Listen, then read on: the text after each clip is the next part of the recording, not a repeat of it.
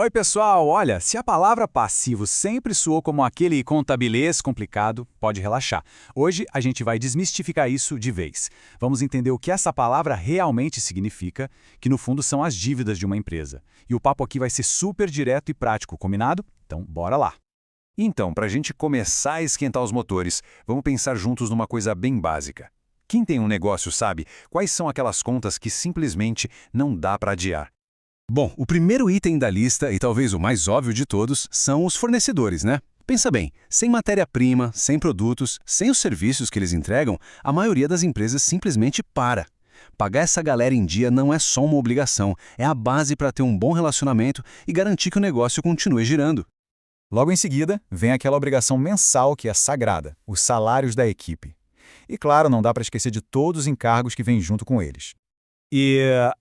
Claro, a parte que ninguém gosta, mas que não tem como escapar. Os impostos. Seja federal, estadual, municipal, não importa. São aquelas obrigações que estão sempre ali, batendo na porta e toda empresa tem que cumprir. Então, todas essas contas que a gente acabou de falar, fornecedores, salários, impostos e várias outras, elas têm um nome só no universo das finanças. Passivo. É isso. De um jeito bem simples, passivo é o pacote completo de todas as obrigações financeiras que uma empresa tem. Literalmente, é tudo aquilo que ela deve. Ok, mas por que a gente está dedicando um tempo para entender isso tão a fundo? Simples. Porque conhecer o passivo não é só um detalhe. É algo absolutamente crucial para a sobrevivência e principalmente para o crescimento de qualquer negócio. Sério.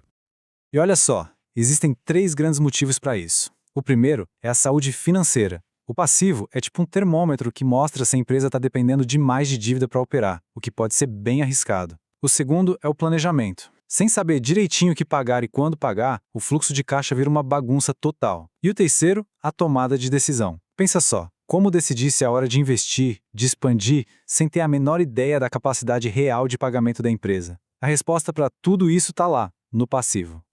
Beleza, agora que a importância ficou clara, vamos entrar na principal classificação. Basicamente, os passivos se dividem em 2 grandes grupos. E o segredo para diferenciar um do outro é uma coisinha chamada tempo.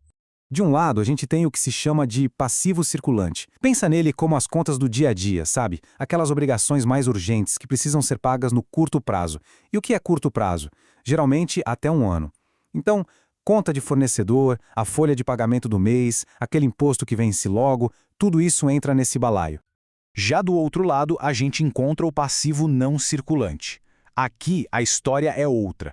São as dívidas de longo prazo, aquelas com vencimento para depois de 1 ano. Sabe aquele financiamento de um imóvel? Ou um empréstimo maior para comprar maquinário novo? São esses compromissos maiores que dão mais fôlego, mais flexibilidade para o planejamento financeiro da empresa. Resumindo então, o ponto-chave é esse. A linha que divide os dois é o prazo de 12 meses.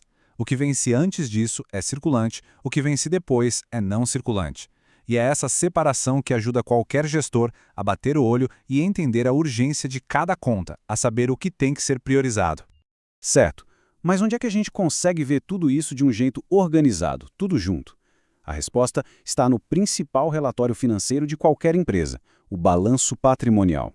E o que é muito legal de ver na estrutura do balanço é o seguinte: o passivo sempre aparece do lado direito ali, juntinho do patrimônio líquido. E por que isso? Porque esse lado do balanço conta a história de onde veio o dinheiro da empresa. São as fontes dos recursos, sabe? E isso nos leva direto para a equação que é a base de toda a contabilidade. É bem simples, na verdade. Pensa numa balança. De um lado estão os ativos, que é tudo que a empresa tem, seus bens e direitos. Do outro lado está o passivo, que é o que ela deve para fora, mais o patrimônio líquido, que é o capital dos sócios. E o segredo é, esses 2 lados precisam estar sempre em equilíbrio. É essa balança que nos dá uma foto exata da saúde financeira do negócio. Ok, a parte teórica a gente já entendeu, mas agora vem a parte que realmente importa, né? Como é que a gente pega todo esse conhecimento e transforma em ação? Como gerenciar essas dívidas de um jeito inteligente? Olha só que prático esse plano de ação em 4 passos. Primeiro passo, fazer um inventário completo, listar absolutamente tudo que a empresa deve sem deixar nada de fora. Segundo, classificar, separar o que é urgente daquilo que pode esperar um pouco. Terceiro, monitorar, ficar de olho na evolução dessas dívidas todo santo mês. E quarto, que é fundamental, negociar. Sempre que der, conversar com os credores para conseguir prazos e condições melhores. E para ajudar nesse monitoramento tem um indicador que é ouro, a proporção de 2:1. O que isso quer dizer? Que o ideal é que a empresa tenha o dobro de ativos de curto prazo, tipo dinheiro em caixa, contas a receber, em comparação com as dívidas de curto prazo. Isso mostra que existe uma folga, uma gordurinha para queimar, para cobrir as contas do dia a dia, sem passar aperto. Tem outro número mágico aqui, 30%. O ideal é que o total de dívidas da empresa não passe de 30% do patrimônio dela. Se passar muito disso, já acende um alerta. Pode ser um sinal de que o negócio está se alavancando demais, ou seja, pegando muito dinheiro emprestado e correndo riscos que talvez não precisasse. E por último, um prazo de referência bem interessante. Na média, as empresas levam uns 60 dias para pagar aos fornecedores. Saber disso ajuda muito a gerenciar o próprio fluxo de caixa. A ideia é tentar fazer o dinheiro das vendas entrar antes da data de pagar as contas, né? Para não ficar no vermelho. Para a gente ir fechando, vamos falar rapidinho sobre as armadilhas, os erros mais comuns. Porque, convenhamos, conhecer esses erros é o melhor jeito de não cometer eles, certo?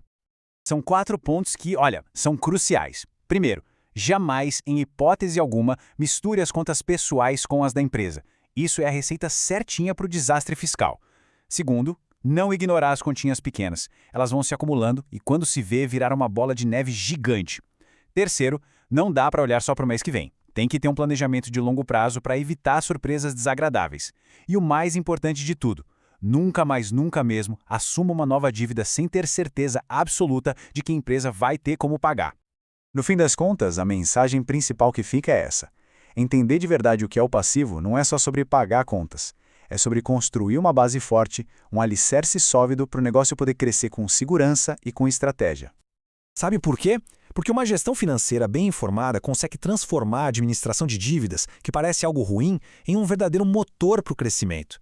É uma mudança de mentalidade, sair da defensiva, de só apagar incêndio, para uma postura proativa, usando essa clareza toda para tomar decisões muito mais inteligentes.